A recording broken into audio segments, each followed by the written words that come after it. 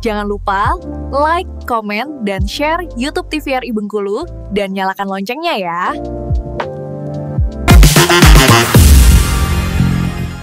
Terima kasih pemirsa Opini. Kembali lagi kita di obrolan pas di sini. Tapi sebelum itu untuk Anda pemirsa Opini jangan lupa untuk subscribe sekarang juga YouTube channel TVRI Bengkulu biar bisa nonton tentunya opini obrolan pas di sini di YouTube channel TVRI Bengkulu. Kapan saja mau nonton silahkan ya. Dan kita lanjut ngobrol bersama dengan Nari dari Stand Up Indo Bengkulu. Oke, Nari dari 2015 sampai sekarang kan juga aktif nge-MC. Nah, untuk momen-momen yang tak pernah terlupakan nih selama mungkin dari stand up dulu nih, yang memang menurut Ari, wah ini panggungnya pecah nih, penontonnya juga mengapresiasi kita, seru. Kalau selama seiring berjalan stand up Indo Bengkulu, menurut saya panggung yang paling menarik di Bengkulu itu tahun 2018 atau 17 itu saya lupa. Waktu itu kita Sun itu stand up night, acara tahunan komunitas. Waktu itu gue tanya Regen. Nah kita tuh bikin konsep battleground bang, karena waktu di zaman itu PUBG lagi naik-naiknya tuh. Jadi kita bikin gimmick sama gestur yang seolah-olah kita itu player PUBG gitu. Jadi ada yang ngepron, ada yang pakai ghillie suit. Nah itu tuh menarik banget bang, dan ternyata Stand Up Indo Pusat pun melihat konsep kita itu sebagai konsep yang menarik. Jadi akhirnya beberapa komunitas juga mengikutin pakai konsep yang serupa, maksudnya bukan serupa sih, maksudnya konsep yang kental buat bikin identik acaranya gitu. Oke, jadi memang tematik gitu ya? Ya? Jadi kayak nggak cuman pertunjukan stand up, tapi ada juga show gimmick dan show pertunjukan. Ada pertunjukan entah itu drama, entah itu nyanyi kayak gitu, tapi berhubungan dengan tema yang kita angkat. Kayak gitu. Oh, oke. Jadi si penonton datang ngelihat, wah apa lagi? Iya, jadi penontonnya itu kayak, wah kok kayak di Pochinki ya kayak gitu. Betul. Jadi cuma menikmati dari materi stand up teman-teman, tapi juga dari set panggungnya, dari set panggung, kostum. Oke. Nah kalau dari MC yang entah itu yang pertama kali yang tak pernah terlupakan atau juga memang ada momen, wah ini pecah nih, seru nih. Kalau pecah, kebetulan kan saya MC-nya MC hiburan yang asik-asik aja tuh bang, jadi nggak terlalu ngincar pecah atau lucu ya. Tapi saya pernah pengalaman menarik juga. Saya pernah MC koi bang, kontes koi. Ikan koi. Jadi kayak ada komunitas koi di Bengkulu kan. Komunitas koi di Bengkulu, saya diundang lah buat meeting. Ternyata saya pikir buat running event kan, ternyata buat MC. Dan ternyata buat MC koi kita tuh harus tahu jenis-jenis koi bang. Jadi sebelum MC itu saya beneran pelajarin kayak jenis koi itu ini bedanya ini, kan kita nggak tahu ya bercak koi itu bedanya apa. Benar. Ya tuntutan MC itu harus tahu. Jadi kayak semalaman deh saya begadang mempelajarin jenis-jenis ikan koi, perkoian. Dan mungkin kalau seperti kayak kontes koi, orang kan akan fokus ke akuariumnya, iya, benar. Tidak menghiraukan apa yang MC. Iya benar. Itu menjadi tantangan juga. Tantangan. Itu di BIM sih acaranya. Jadi kayak kontes ikan koi sama lelang gitu. Bagaimana ikan, Anda setuju? Minta suara ke ikan. Oke. Dan kalau untuk materi budaya. Nah, apakah juga Ari juga memasukkan misalkan di setiap stand up-nya ada juga selentingan tentang mengangkat budaya-budaya Bengkulu, karena kan budaya Bengkulu ini banyak gitu ya, mulai dari budaya Rejang, terus juga festival tabut juga termasuk, biar semakin go nasional lagi, terus juga semakin banyak orang, mungkin di setiap budaya-budaya itu kan ada yang terdapat pesan-pesan moral juga, kritikan gitu deh. Kalau saya sendiri, kalau untuk budaya secara formal itu saya kurang mengangkat bang kalau di materi saya. Cuman saya kayak budaya anak-anak muda Bengkulu itu suka saya angkat, karena saya emang komika dengan persona anak nongkrong gitu bang.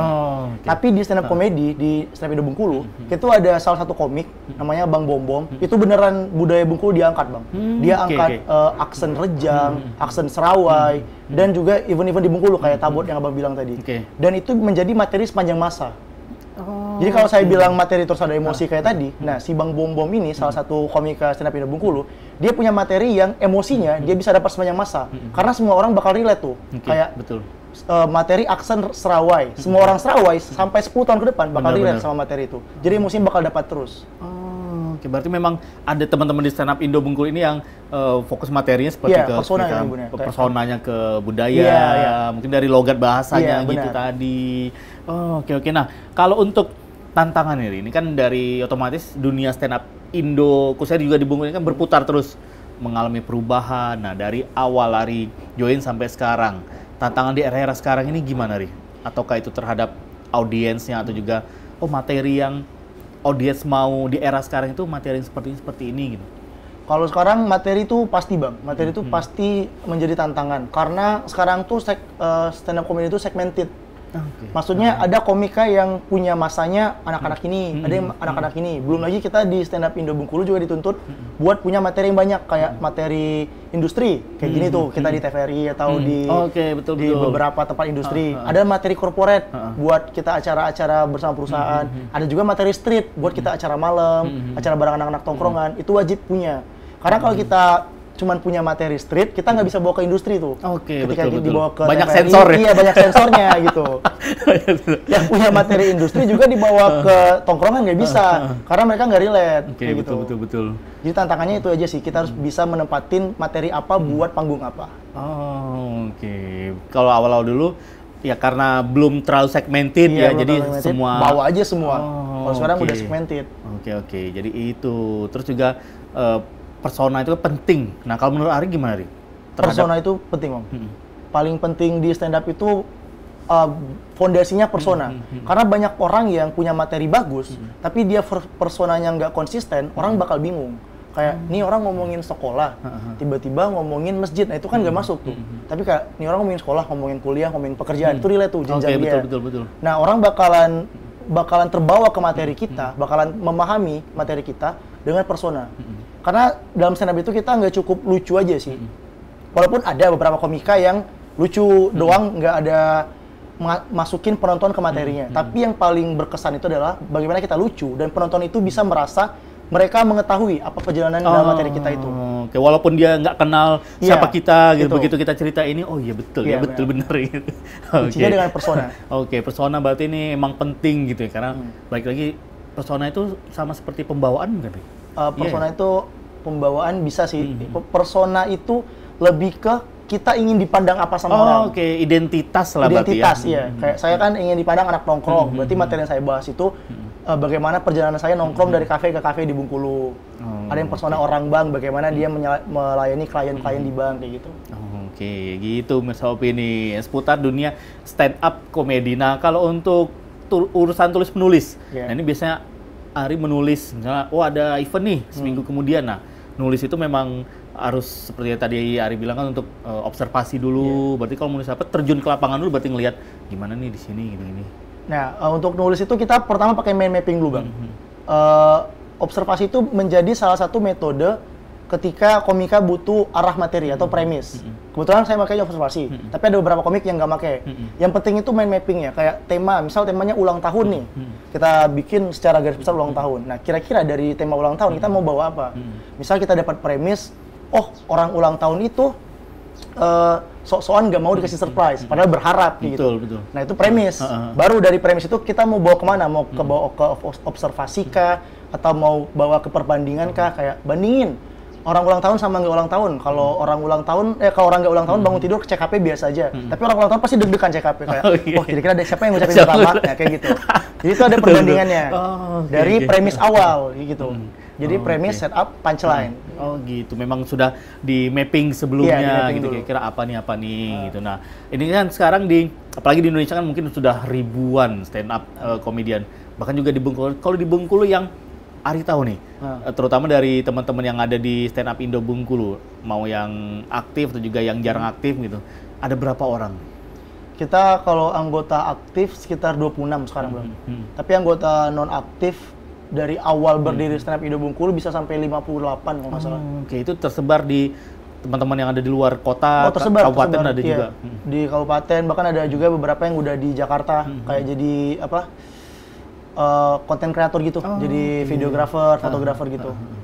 Karena emang kita menerima semua kemampuan yang nanti kita asah. Benar-benar, karena sudah terbiasa pikirannya jalan gitu ya, ide-ide juga jalan. Jadi kalau mau jadi konten kreator juga ya bisa sejalan lah gitu. Nah, ini kan banyak juga di stand up comedian juga banyak, terus juga orang-orang juga sudah tahu stand up comedy untuk menjaga originalitas materi ini. Apalagi kan kalau kita begitu open mic, orang bilang, ini kayak materi pernah saya nonton lah di YouTube. Nah, ini kalau dari Ari sendiri untuk menjaga originalitas itu, Ri. Untuk menjaga originalitas, ya pertama persona tadi ya Bang, biar tahu kita mau arahnya kemana. Yang kedua, dalam menulis, kita tuh harus punya batasan Bang. Jadi maksudnya ketika kita dapat satu materi, terus kita cek nih, misal materi komik nasional, ada nggak yang mirip? Ketika mereka mirip, itu arahnya kita bedain. Oh, oke. Jadi kayak misal ada yang ngebahas ulang tahun lagi nih, misal ulang tahun. Ternyata udah ada yang ngebahas materi ulang tahun yang kayak saya sebut tadi. Oh, kita arahin. Kita tuh bisa ngebedain orang ulang tahun dari apa, kita itu bisa bedain hubungan orang ulang tahun sama yang ngasih kado dari apa yang dia kasih. Nah itu misalkan nggak ada, bisa kita angkat kayak gitu. Jadi premis itu bisa memunculkan premis lainnya Bang. Yang penting premis nggak apa-apa sama, yang penting setupnya beda. Ketika setupnya beda, materi itu nggak bisa disebut sama, walaupun temanya sama. Oke, sama kayak lagu gitu, lagu band ya. ya. Karena kunci kan ya C, D, E gitu-gitu Iya, aja benar. kan. Oh, oke. Jadi gitu pemirsa opini. Jadi jangan, kadang kan orang bilang kan, wah ini kayaknya mirip-mirip ini, jangan-jangan dia nyontek ini. Padahal kan memang bisa saja temanya sama gitu, sama. tapi premisnya berbeda. yang berbeda gitu. Jadi tidak semuanya harus memang pure dikatakan kita sebagai apa ya, penjiplak gitu. Oh, oke. Dan kalau untuk panggungan nih, panggungan stand up comedy kan memang butuh kalau teman-teman stand up comedy nyebutnya open mic gitu. Open mic, Nah, ya. untuk ngelatih ya, Ngelatih. Nah, kalau di Bengkulu ini sering berarti teman-teman open mic. Open mic kita di Bengkulu 2 minggu sekali. Jadi dalam 1 bulan kita 2 kali open mic dan Oke. tempatnya itu juga beda-beda. Oh, oke. Nah, di mana tempat berikutnya? Pemirsa opini juga harus tahu nih. Yang pasti jangan kemana-mana, kita akan lanjutkan kembali ngobrol bersama dengan Ari yang pasti hanya di Opini Obrolan Pas di Sini.